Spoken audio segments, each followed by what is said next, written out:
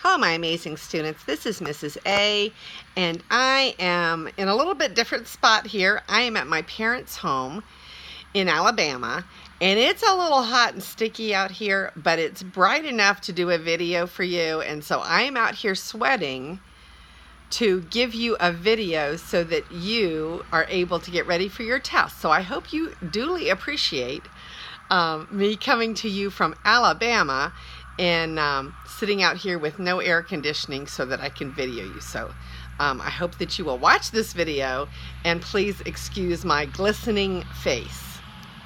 We are doing 3.3, and the very first problem is number 13. Okay, so number 13 says, in exercises 13 through 16, use z-scores to compare the given values. So number 13 says, tallest and shortest men. The tallest living man at the time of this writing is Sultan Kosin, who has a height of 251 centimeters. The shortest living man is Chandra Balhadur Dangi, who has a height of 54.6 centimeters. Heights of men have a mean of 174.12 centimeters and a standard deviation of 7.10 centimeters. Which of these two men has the height that is more extreme? So we're going to have one that's on the high side and one's on the low side, and we're trying to figure out which one is more extreme. So I've written our information on the board, and we have 251 centimeters, and 54.6 was the shortest man at the time of the writing of this book. Okay, and then we have the mean and the standard deviation of all men. So we're going to go ahead and find the z-score of each. So remember, for a z-score, the z-score formula is x minus mean over standard deviation. Okay, so now we're going to take the high guy here, 251, minus the mean, which is 174.12, over the standard deviation, which is 7.10. Okay, so we're going to find the z-score of this one, and we're going to do those calculations. Okay, so the first guy, the taller guy, has a standard deviation, a z-score of 10.83. Wow, 10.83 standard deviations from the mean. So now I've put the shorter guy's, his height is up here, so I have substituted him into here. And so now we've got to do 54.6 minus 174.12 divided by the standard deviation, and I'll be back with that calculation. Wow, negative 16.83 standard deviations from the mean.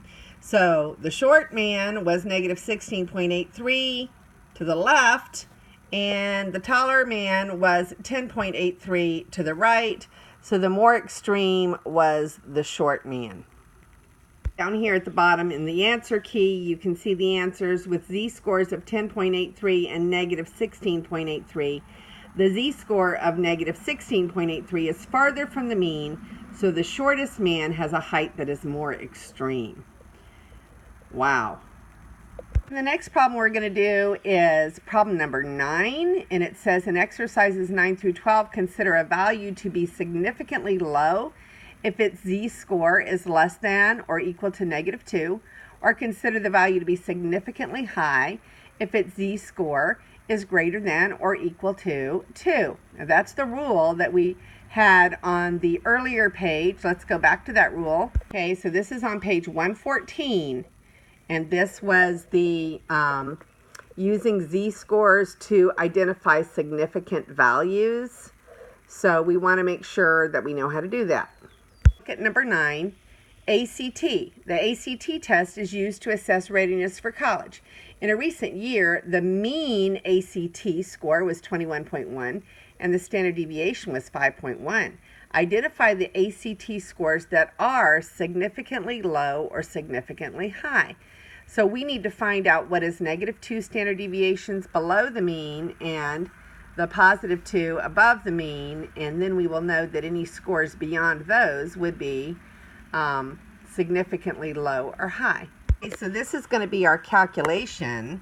We're going to have 21.1, which is the mean, plus twice 5.1, which is the standard deviation, and 21.1 minus twice 5.1. So I'm going to go do those calculations for you. So when I did the calculation, the 21.1 plus the 2 times the standard deviation wound up being 31.3. So 31.3 scores above that would be considered significant. And then the same thing down here, that wound up being 10.9. So scores below 10.9 would be significant. And here's the answer key. Significantly low values are less than or equal to 10.9. Significantly high values are greater than or equal to the 31.3. So notice that they are including the two standard deviations above and the 2 standard deviations below. Those two are included in the unusual, okay, because they're doing greater than or equal to, less than or equal to. Okay, so here we have percentiles. This is number 17. It says in exercises 17 through 20, use the following cell phone airport data speeds from Sprint. Find the percentile corresponding to the given data speed. Okay, so we're looking at this and we're trying to find the percentile. So we have how many pieces of data? So it looks like we've got 5 rows down and 1, 2, 3, 4, 5, 6, 7, 8, 9, 10 rows across. There are 50 pieces of data, so it should not be too difficult to figure out the percentage. We're doing number 17, 2.4, and we're going to find the percentile of that number. So I came over here to page 115 to show you the formula that you're going to use. Finding the percentile of a data value. The percentile of a value x is the number of values less than x divided by the total number of values times 100.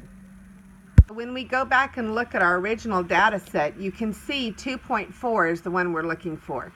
And so it's right at the end. So it's the 30th data value. So we're going to say there are 29 values below it. My formula, and 29 data values below it with a total of 50 data values times 100. When I take 29 and divide by 50, that's the same thing as 58 over 100 times 100. This is the 58th percentile. And there is number 17, the 58th percentile, the answer key. Now we're moving on to number 23, and they tell us in exercises 21 through 28, use the same list of Sprint airport data speeds given for exercises 17 through 20. Find the indicated percentile or quartile. Okay, so now we're going to find the percentile for 23, which is we're going to find quartile 3. Okay, so basically we're going to use this flow chart that is on page 116 that's going to take us to the percentile locator, and we're going to find the data value that matches quartile 3. Let's look again at this little flow chart. It says sort the data, which it's already sorted for us. Arrange the data in order of lowest to highest. As you can see, our data is already sorted from lowest to highest, so we don't need to do that.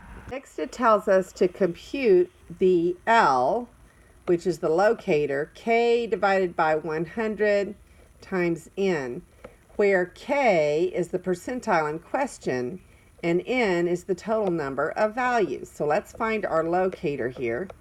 Okay, so we're supposed to take the percentile in question, which is quartile 3, which is the 75th percentile. So we write the percentile, we multiply by the number n, which is the number of values in question. We have a 50-piece data set here. Okay, so when I simplify that, I got 37 1/2. We go to the little triangle there. It says, is L, our locator, which is 37 1/2, a whole number? No, it is not. So we're going to flow down here. Change L by rounding it to the next larger whole number. So our 37 1/2 is going to be rounded to 38. The value of P of K is the Lth value counting from the lowest. So we're going to go and find our 38th piece of data.